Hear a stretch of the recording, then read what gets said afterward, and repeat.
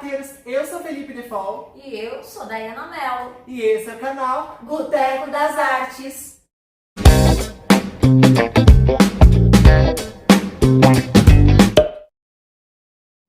Arteiros, hoje tem Divas da Arte. Eu trouxe a Day pra falar dessa nossa diva, porque a gente é muito fã dela. E com certeza vocês também são, que é Elis Regina. Ah, mas antes de começar o vídeo, já vou pedir seu like aqui embaixo. Se for novo por aqui, já se inscreve no canal também, tá? Nascida em 17 de março de 1945, a mezzo-soprano Elis Regina foi uma das maiores cantoras do Brasil. Cantava MPB, jazz, rock, samba, bossa nova, mas fugia do estilo de cantar a bossa nova que estava em alta na época e utilizava sua grande extensão vocal.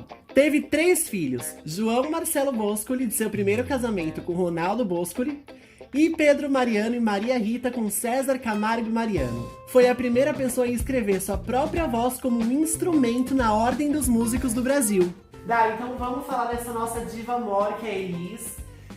A gente acabou ficando muito amigo por conta disso também, né? Pelos gostos parecidos que a gente tinha. E a Elis era maravilhosa, a gente sabe que a voz dela era impressionante. E o que era interessante era esse fato dela nunca ter estudado música ou algo profissional, né? Era, acho que muito de instinto, de nasceu com gosto. E a Elis começou a carreira dela no Clube do Guri, na rádio, porque ela queria muito cantar, ela adorava cantar, ouvia o programa, pediu pra família, só que quando ela chegou lá... ela travou na hora, teve um sangramento no nariz... Porque toda vez que ela ficava nervosa, ela tinha hemorragia nasal. Mas aos 11 anos ela pediu pra voltar ao programa, né? E daí ganhou o concurso Clube do Guri. Primeiro lugar. E aí ela fez tanto sucesso lá que ela continuou voltando a convite da rádio e acabou virando uma secretária do programa. E nessa época a família dela passava por uma situação financeira bem complicada, assim. E aí ela trabalhando na rádio ganhava mais do que o pai dela. Então ela que já sustentava a casa com a cidade. Aí o que aconteceu? A família dela viu que ela tinha dom para aquilo, que ela gostava daquilo, que ela estava feliz. E um pouquinho mais tarde ela se mudou para o Rio de Janeiro. E aí ela se dividia entre Porto Alegre, Rio de Janeiro e São Paulo para poder cantar e estudar, porque era uma exigência da mãe dela.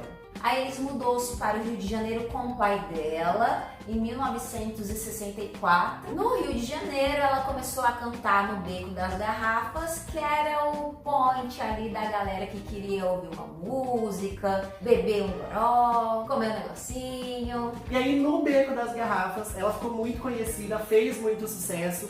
E isso chamou a atenção de várias pessoas e ela foi cantar no Festival da Música Popular Brasileira em 65, que foi onde ela ganhou em primeiro lugar, mais uma vez, com Arrastão.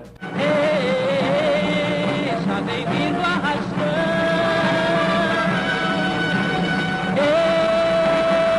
É a rainha do mar. E aí o sucesso dela foi aumentando cada vez mais, até que ela fez aquele famoso programa Finos na Bossa com o Jair Rodrigues. Sim. E nessa época, o salário dela foi o maior de todos os artistas brasileiros. Então ela tava com a corda toda. Depois de um tempo a Elis se dedicou inteiramente ali à música, né? E ela é muito conhecida por escolher ali a dedo o que ela ia gravar. Muitos compositores ficaram conhecidos, maior destaque depois das gravações da Elis, como Aldir Blanc, Ivan Lins. Muitos Ivan Lins, Milton Nascimento, tem toda uma galera aí. Belchior. Teve o Zé Rodrigues também, que é pai da Mari. Ele compôs Casa no Campo, que é uma das nossas músicas favoritas. Acho que é a favorita da Day, né? Uma das. É difícil escolher uma favorita dela. Eu tenho tipo as 10 mais. Dificílimo. Olá, arteiros! Eu sou a Mari Blum Rodrigues, mais uma vez. Mas hoje eu vou contar pra vocês um pouquinho da história do meu pai, Zé Rodrigues, que tem muito a ver com a história da Elis Regina. Uma das grandes canções dele, Casa no Campo, ganhou o Festival da Canção de Juiz de Fora, no qual a Elis Regina foi jurada. No final do festival, nas coxias mesmo, meu pai estava saindo junto com o Tavito, que compôs a música, junto com o meu pai, que compôs a letra dessa canção, e alguém pegou no braço do meu pai. E meu pai tava até meio avoado ainda, aquela alegria, aquela euforia de ter ganho, né, o festival. E quando ele foi se dar conta, era a Elis que estava segurando ele pelo braço e pediu muito para ele, que aquela música tinha tocado muito fundo nela, e pediu muito para ele se ela poderia, por favor, gravar a música. Ele ficou desembestado, ele era um menino novo ainda, sem sucesso e sem nenhum grande hit, e era muito fã já dela. Então essa foi a história de como Elis Regina se tornou a intérprete mais conhecida da música mais famosa do meu pai, Casa no Campo. Beijo! E fora também as parcerias com pessoas que já eram conhecidas antes da Elis, que é o caso de Chico Buarque, de Rita Lee, Adoniran Barbosa, claro que o Tom Jobim. Inclusive, já tem vídeo aqui no canal analisando o disco Elis e Tom, tá aqui nos cards, deem uma passada lá. Vamos aproveitar então e falar dos discos dela, porque tem um arsenal lá. A Elis já gravou mais de 40, se não me engano são 44 discos, e a gente escolheu alguns pra falar pra vocês, porque não dá pra falar de 44 nesse vídeo curtinho. Como eu disse, Elis lançou 44 álbuns, entre shows, coletâneas e inéditos. O primeiro álbum de Elis chegou em 1961, intitulado Viva Brotolândia, e trazia uma Elis mais do rock, uma Celi Campelo 2, coisa que ela inclusive não queria e não gostava. Antes de sua estrondosa participação no Festival de Música Brasileira, lançou mais 3 discos: Poema de Amor, de 62, Elis Regina, de 63 e O Bem do Amor, de 63. Mas foi depois do festival que sua carreira decolou. Lançou 3 volumes de 2 na Bossa com Jair Rodrigues, e dentre os álbuns mais importantes da carreira de Elis estão Ela, de 71, que traz a música Madalena, Elis, de 72, com Casa no Campo e Atrás da Porta, Elis e Tom, de 74, que já tem vídeo aqui no canal, Falso Brilhante, de 76, que traz Como Nossos Pais e Fascinação, Elis, de 77, que traz a maravilhosa Romaria, e Essa Mulher, de 79, com o Hino, o Bêbado e a Equilibrista. Ah, e se vocês quiserem, eu posso fazer vídeo sobre cada álbum da Elis também, assim como eu fiz com Elis e Tom. É só deixar nos comentários quais discos vocês querem ver aqui no canal. Além dos álbuns de sucesso, né, parcerias memoráveis, a Elis tem 2 espetáculos muito famosos, muito aclamados, né? 2 dos diversos que ela fez. Um deles é Falso Brilhante, né? Que o que motivou a ela fazer esse espetáculo foi a questão de trazer a condição do artista brasileiro, que de repente o público em geral tenha uma impressão do que é a vida de artista, mas no fundo não é bem o que parece. E o nome desse show foi tirado da música Dois Pra Lá, Dois Pra Cá. Falso Brilhante fez tanto sucesso que a expectativa para que ficasse em cartaz era de uma semana, de quinta a domingo. O público foi gostando, sessões lotadas, e no final o show ficou em cartaz por aproximadamente 1 ano e meio. Acabou porque ela estava grávida da Maria Rita, estava rumo à fase final da gravidez. Um outro espetáculo também muito importante é Transversal do Tempo. Esse show virou disco e, apesar de só ter saído um disco, era para ter saído 2 discos. O que acontece? Esse show tinha mais de 20 músicas, 25 se não me engano. E a gravadora queria gravar esse show. Só que como eram muitas músicas na época do LP, eles iam fazer um disco duplo, ia ter a parte 1 e a parte 2. Mas aí ele saiu da gravadora deles, meio brigadinha, e acabou saindo só um disco com 12 músicas, que era metade do show. E a Elis também era uma figura muito polêmica, e ela foi cantora na época da ditadura. Isso quer dizer que ela não passou ilesa. Óbvio que ela provocou de várias formas, né, aquele regime militar. Uma delas, inclusive, foi quando na Europa, em uma entrevista que ela fazia, numa coletiva de imprensa que ela estava fazendo, ela chamou os militares de gorilas, sem querer ofender os gorilas. E aí quando ela voltou, ela teve, né, toda aquela represália em volta dela. E como punição, não sei nem se foi punição, né, porque dizem que na verdade o que aconteceu foi que os militares queriam que ela limpasse a barra deles, né, a imagem deles. E aí ela teve que cantar nas Olimpíadas dos Militares. E isso gerou um grande rebuliço, porque daí o Enfio, que era um cartunista muito famoso, né, porque todo mundo lia as tiras dele no jornal, colocou que ela estava morta, que ela tinha acabado de ficar morta por conta desse apoio ao regime militar. Até porque o irmão dele, né, tinha sido exilado, enfim. Em algumas entrevistas, né, o João Marcelo Boscoli, o filho mais velho da Elis, revelou que em oportunidades ali em que eles estavam juntos, ela ia levá-lo na escola, tinham militares, né, seguindo, olhando ali de longe. E a Elis depois comentou que chamaram ela mesmo na xixa. Ah, você tem filhos. Ah... Foi uma ameaça. Que não entendeu ali se de repente seria exilada ou Se faria alguma coisa com uma os filhos outra dela. coisa. Fala-se também em grampo de telefone, que depois disso ela parou de usar telefone, usava depois aqueles radinhos. Ah, isso eu não sabia. Sim, evitava falar no telefone justamente por estar sendo espionada. E ao mesmo tempo, mesmo tendo passado por tudo isso, ela tinha peito o suficiente para chegar lá no presídio, enfim, quando a Rita Lee foi presa. Sim. Né? E ela fez meio que um barraquinho lá. Como ela era uma das mais influentes, mais poderosas artistas do Brasil, ela chegou lá e falou que se eles não deixassem ela encontrar a Rita Lee, ela ia fazer um escarcéu, com aquele 1,50 m dela, 1,53 m, ia fazer um escarcéu. E aí nasceu a amizade das duas também, é legal falar isso. Sim.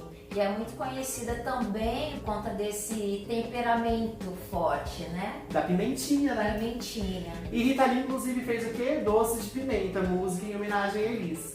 Mas se eu sentir que um bicho me mordeu, só mais a vida rebenta. E ela levou essa fama de ter personalidade forte, uma pessoa difícil de lidar, porque ela não tinha medo de mudar de opinião. Se hoje eu gosto, amanhã eu não gosto, gosto de E porque ela novo. sabia se impor também, né? Sim. Ela não deixava ninguém pisar nela, então... Mas levando em consideração o ambiente que predominantemente era masculino, era uma questão de sobrevivência, né? Até porque no começo da vida dela, na infância, ela era super tímida, né? Ela tinha medo de tudo, não falava com as pessoas direito, até pra cantar ela ficou bem receosa. Então dá pra ver essa mudança, né? Acho que a música talvez tenha trazido pra ela toda essa autoconfiança que ela teve depois. Mas mesmo com todo esse sucesso, infelizmente ela teve uma carreira bem curta, até perto do que ela poderia ter. E aos 36 anos de idade, Elis faleceu. Dizem que no dia 18 de janeiro ela tinha passado o dia todo com seus músicos, ouvindo canções pro próximo CD que ela ia lançar. E quando chegou em casa, ela brigou com o noivo dela, então, que era o advogado dela, o Samuel. Eles tiveram uma discussão bem chata, enfim. No dia seguinte ela ligou pro escritório dele pra se redimir, pra pedir desculpas. E dizem que no meio da ligação ela já parou de responder. E aí o Samuel correu pra casa dela pra ver o que estava acontecendo e ela já não estava mais viva.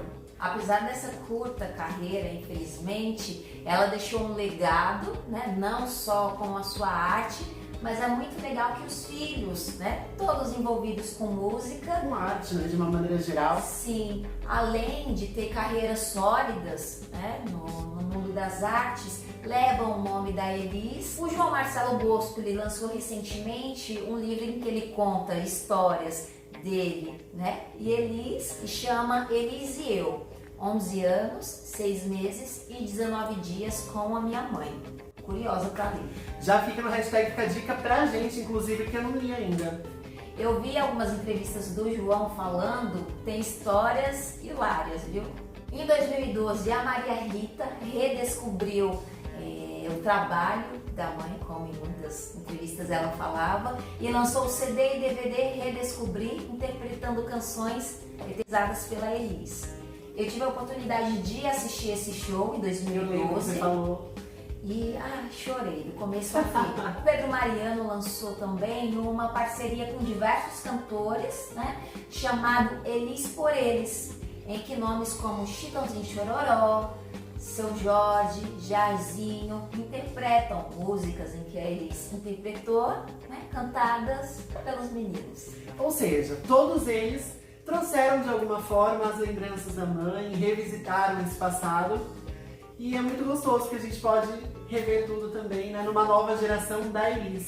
É como se a Elis tivesse continuado com o sangue aqui. Sim, não só a mãe, mas como a grande artista, né? Que é. E por falar em hashtag Fica a Dica, quero deixar um hashtag Fica a Dica muito gostoso, que é o filme da Elis com a Andréa Horta. A única coisa que eu quero fazer na minha vida é poder cantar, bicho. Só isso que eu quero fazer. Teve também a peça, né, o musical que a Laila Garran fez, que eu amo essa atriz também, ela é maravilhosa.